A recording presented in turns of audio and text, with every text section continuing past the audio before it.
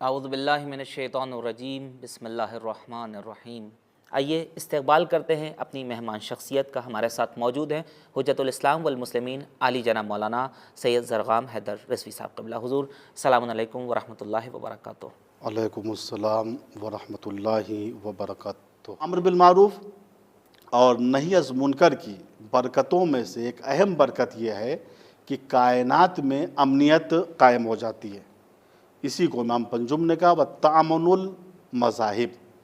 اس امر بالمعروف اور نہی از منکر کے ذریعے سے راستوں میں امنیت قائم ہوتی ہے۔ وَتَحِلُّ الْمَكَاسِبِ، انسان کی کمائی حلال ہو جاتی ہے۔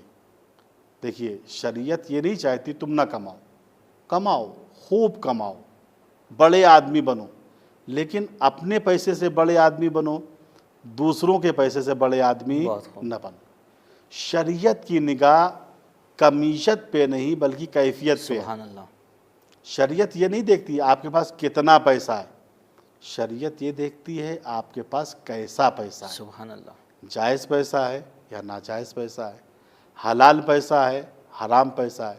جو پیسہ ہے غور سے دیکھو، اس میں کسی بیوہ کی رقم تو نہیں ہے، اللہ اکبر۔ کسی یتیم کا مال تو نہیں ہے، اس پیسے کا خمس ادا ہوا یا نہیں ہوا، اس پیسے کی زکوٰۃ دی گئی، البتہ زکوٰۃ فطرہ کے بارے میں عرض کر رہا ہوں، زکوٰۃ دی گئی یا زکوٰۃ نہیں دی گئی۔ ہاں غلات میں ہے، خوب بڑے زمیندار بنو، بڑے چودھری بنو۔ اسلام ایک مسلمان کو اقتصادی اعتبار سے بہترین وضعیت میں دیکھنا چاہتا ہے، بے شک۔ اور یہ حدیث پیغمبر ہے، نعم العون علی طاعت اللہ المال۔ مال اللہ کی اطاعت میں کتنا بڑا معین و مددگار ہے۔ یعنی اگر مال ہوگا تو انسان حج کو جائے گا، مال ہوگا تب انسان خمس دے گا، مال ہوگا تب انسان زکوٰۃ دے گا۔ خلاصہ کلام یہ ہے کہ امر بالمعروف اور نہی از منکر کی برکتوں میں سے اہم برکت دوسری یہ ہے، انسان کی کمائی حلال ہوتی ہے۔ واہ۔ وَتُرَدُّ الْمَظَالِمِ، اور اس امر بالمعروف اور نہی از منکر کے ذریعے سے رد مظالم ہوتا ہے، مظلوموں کو ان کا حق مل جاتا ہے۔ وَيَنْتَصِفُ مِنَ الْأَعْدَاءِ، اسی فریضے کے ذریعے سے دشمنوں سے انتقام لیا جاتا ہے۔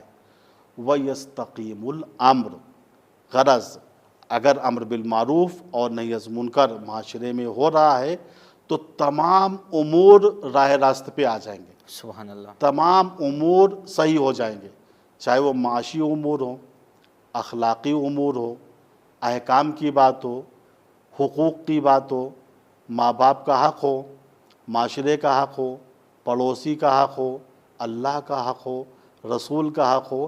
یستقیم الامر، جتنی بھی چیزیں ہیں اور ان کے اوپر کلمہ امر کا اطلاق ہوتا ہے، سب کے سب کیا ہو جائیں گی؟ مستقیم ہو جائیں گی، صحیح ہو سبحان جائیں گی۔ اللہ۔ تو بہت سی برکتیں اور بھی روایات میں نقل ہوئی ہیں، میں انہی چند برکتوں پہ اختتام کر رہا ہوں اس موضوع کا، اور اپنے ناظرین سے خدا حافظی کر رہا ہوں، اور انشاءاللہ پھر دوسرے موضوع کے ساتھ انشاءاللہ آپ کی خدمت میں ہم حاضر بہت ہوں خوب، گے۔ سبحان اللہ، جزاکم اللہ خیرا صاحب، بہت شکریہ، آپ نے بڑی متانت کے ساتھ ان اہم موضوعات کے اوپر روشنی ڈالی۔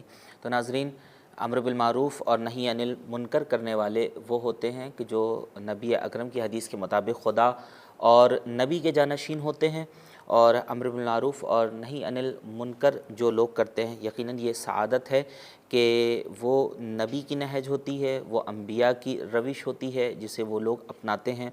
اور امر بالمعروف اور نہی عن المنکر کرنے والوں کی خود امر بالمعروف اور نہی عن المنکر کی برکتیں یہ ہیں کہ معاشرے میں امنیت پھیل جاتی ہے، مظلوموں کی حمایت کی جاتی ہے، ظالموں کو روکا جاتا ہے، اور جو مال ہے وہ حلال طور سے کمایا جاتا ہے۔ لہٰذا اخلاقی، معاشرتی، فرہنگی، اجتماعی، انفرادی، یہ ساری برکتیں اگر ہیں تو امر بالمعروف کی۔ لہٰذا امام حسین علیہ السلام نے جو فرمایا میں امر بالمعروف اور نہی عن المنکر کے لیے جا رہا ہوں، گویا ایک معاشرے کو سنوارنا چاہتے تھے۔ لہٰذا اگر آج ہم اور آپ بھی معاشرے کو سنوارنے کی کوشش کر رہے ہیں تو امر بالمعروف اور نہی عن المنکر کو اپنانا ہوگا، تاکہ ہم اپنے آپ کو صحیح معنی میں حسینی بنا کر لوگوں کے سامنے دنیا کی نگاہ میں ثابت کر سکے۔ ناظرین، آج کی گفتگو ہم یہی روکیں گے، وقت تمام ہوا، ہم آپ سے خدا حافظی کریں گے۔ ہمیں دیجیے اجازت اس امید کے ساتھ کہ نیکسٹ ایپیسوڈ میں پھر اہم گفتگو کو لے کر ہم آپ کی خدمت میں حاضری کا شرف حاصل کر سکے۔ دیکھنا نہ بھولیے گا پروگرام اقوال و خطبات امام حسین علیہ الصلوۃ والسلام، مدینے سے کربلا تک۔